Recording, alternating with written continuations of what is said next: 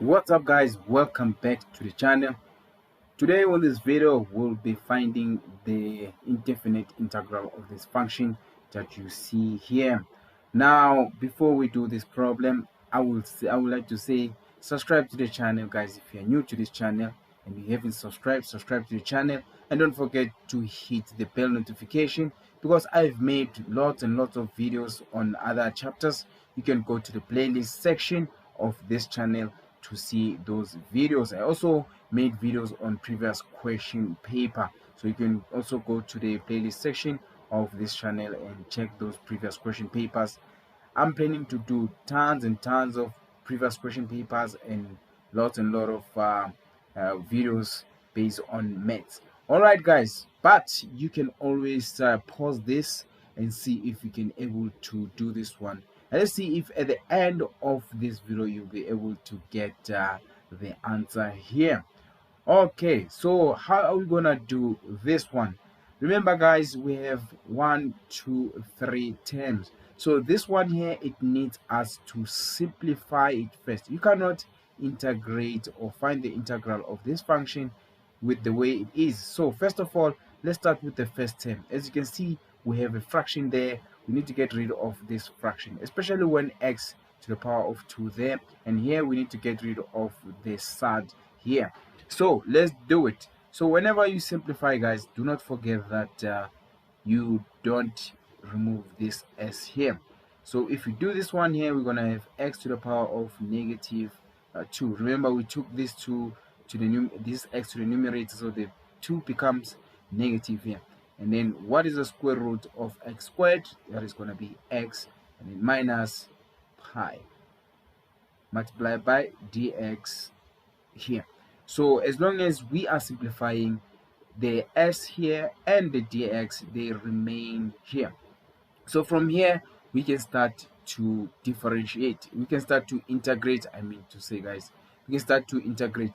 So this 1 and 2, we have to use the formula. Remember, there is a standard formula using power rule. So here it goes like this guys.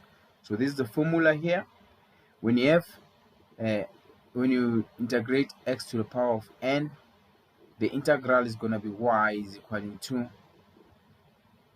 x to the power of n plus 1 divided by n plus 1 plus c.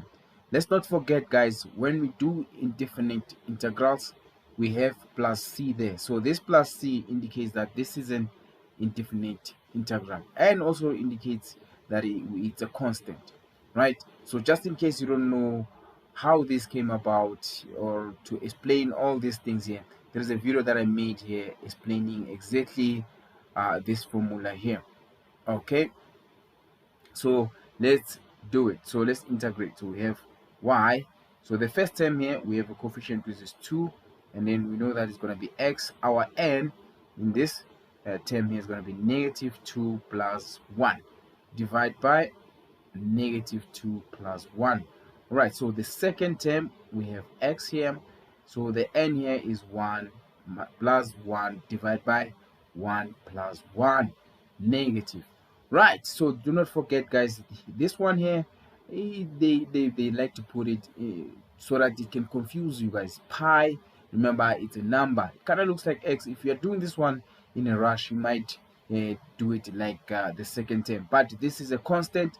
And remember, when we have a constant, we just multiply that constant with x, or with a term, with a variable that we are integrating with respect with. So this one here is x. Again guys, if you don't understand why we multiply the constant with x, go there. There is a video there where I explain the integration of the constant guys. Okay, so pi, they like to put pi there because most people, they tend to forget that pi is a number, so meaning this is a constant, and people tend to try to integrate it like x, and that is not true. So the last one, which is gonna be plus c, remember, indefinite integrals. Right, so now it's time for us to simplify this. If we continue, this is gonna be, we have 2 here, and then x negative 2 plus 1, this is going to be negative 1, and then we divide them. Negative 2 plus 1, we're going to be divided by negative 1, and then here we're going to have plus x to the power of 1 plus 1 is 2 divided by 2 minus pi x plus c. Right, so we are not done. It's time for us to simplify this. Remember guys, you cannot leave your answer with a negative exponent, guys. Rather leave your answer with a positive exponent. So if we do that, we have to, this one is going to be negative 2. We have to take this x to the power of negative 1 to the denominator, so it becomes x to the power of 1, right, plus x squared over 2 minus pi x plus c. So this is our final answer for this problem here.